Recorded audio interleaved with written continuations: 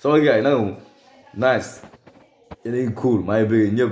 ñëpp ñoom seen bon gars yi damay droit au but affaire yi am nga ay jàddal wala ay laaxal quoi tu vois dama toog dugg sama page benn boy tage ma di ma woon comme quoi ak Gaston wala xoolal Gaston lu mu wax am nga gàcce comme Gaston ne dib la fi yàlla teg dib moo fi ne affaire yooyu noonu quoi nee na am naa gàcce xam nga léegi lu may jox gàcce ci loolu lu may jox ci gàcce ci Gaston ne dib moo fi ne Gaston dafa wax loo xam ne xaw ma ko wala dafa wax loo xam ne tey ji man qu'est-ce qu'il m'apprend de nouveau quoi lu Gaston wax quoi ba pare bu yónnee ma vidéo boobu quoi xaw ma moo Pape Sidi Fall affaire yooyu quoi qu'est-ce que Gaston m'a appris de nouveau mais rien de nouveau Gaston lu mu wax noonu kan moo ko dindi da ngay dem xool sama vidéo yu yàgg yi ngay xool bi ma naan dib mooy king Akhlou Brick di wax di xëccoo na man leen dib mooy king si la laa ko tegoon mais ci chiffre stat ak productivité bu mu tegoon dib moo fi nekkoon ngaa ko blende fan si di wax ma leen ngaa ko defu fi dara il n'a rien foutu de bon ngaa ko xel mi da ko bàyyi jeel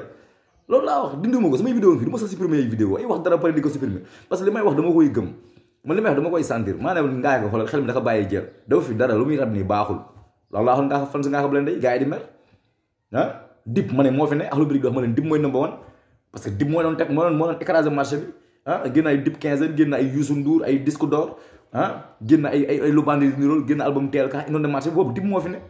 léegi kan moo taxaw ne dib newu fi waxuma dib newu fi de bu waxuma dib newu fi dama ne leen dib saison buur bi c'est menacé parce que King Baba dafa génn album boo xam ne dafa kawe su dib génnul loo xam ne dafa sut loolu noonu dib day mbàqu day wàcc deuxième place la jëm loolu maa ko wax King Baba mu ne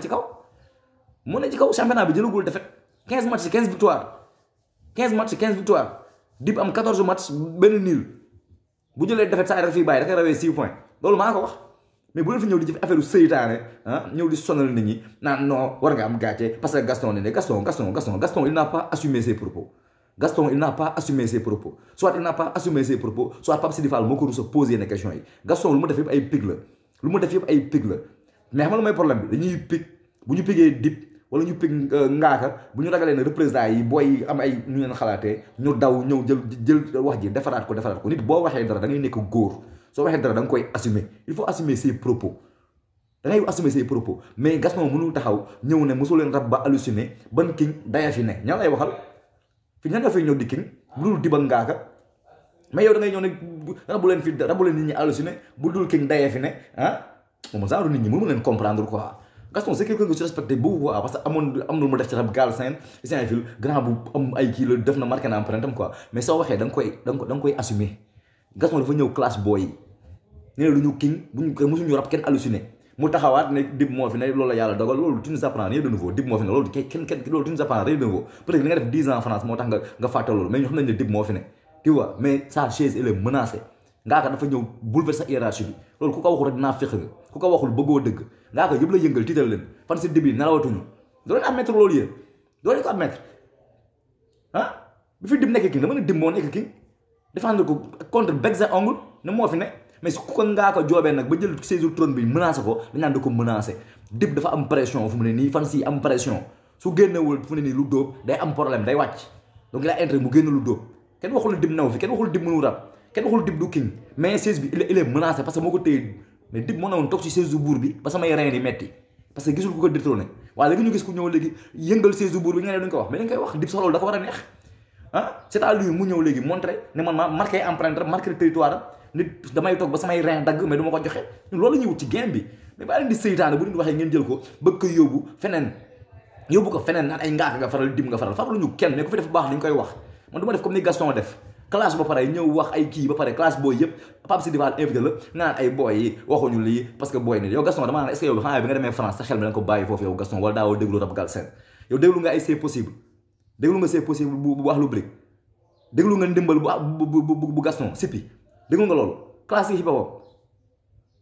Gaston dama ne ndax am na son bu Ngaaka ba la ne dina envier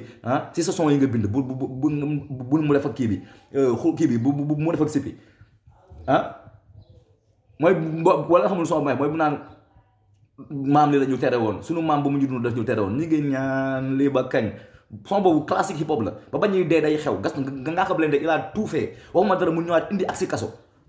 boo ko dégloo il a démontré la vie carcérale loolu bu dul engagement amul boo dégloo Akhlou Brick c'est possible bu dul engagement amul boo dégloo Akhlou Brick seen mystère ale boobu noonu li nga yàq mu ne sa toolu bàyyi la si xamal na la bu dul engagement amul mu ñëw naan ay non bon Dip doon naka Dip yàgg na engagé Ngaaka yàgg na engagé Akhlou Brick yàgg na engagé le problème mooy da nga wax dara ba pare ñëw école nga assumé ko yow Gaston da nga daw waroo woon daw da nga doon wax li ngay wax parce que yaa ne booyee du ñu ay king pig mais da ngeen defe ne ngeen jàppee ñun ñu leen déglu ay dof wala da ngeen jàpp ne yéen ñu moom quoi da ngeen wax seeni propos bu leen ñëwee déformé ko bëgg ñoo fi naan ay non yàgg naa dana game bi nii la il faut nga ouverture affaire yàgg nga ko naan te yaa ñëwaat tey ji naan booy musuñu rab ali seen de duula fi nekk yooyu noonu waxoo ci loolu noonu nga ñëwaat di jéem a defar parce que ragal nga fan si Dip bi représailles yeeg yooyu noonu quoi loolu seen problème quoi ay tàppen ngeen quoi da ngeen ñëw bu leen waxee dara par rapport fan si Dip bi saaga leen ñaari saaga wala ñu doon wax leen dara rek ngeen ñëw daw commencé defaraat yaa waxoon assumé yaa bokkoon mu ne saf kaane man li ma waxoon du ma si jóg du ma jógaat tey li ma waxoon du ma jóg du ma jógaat rek King Baba moo fi ne pour l'instant moo yëngal hiérarchie bi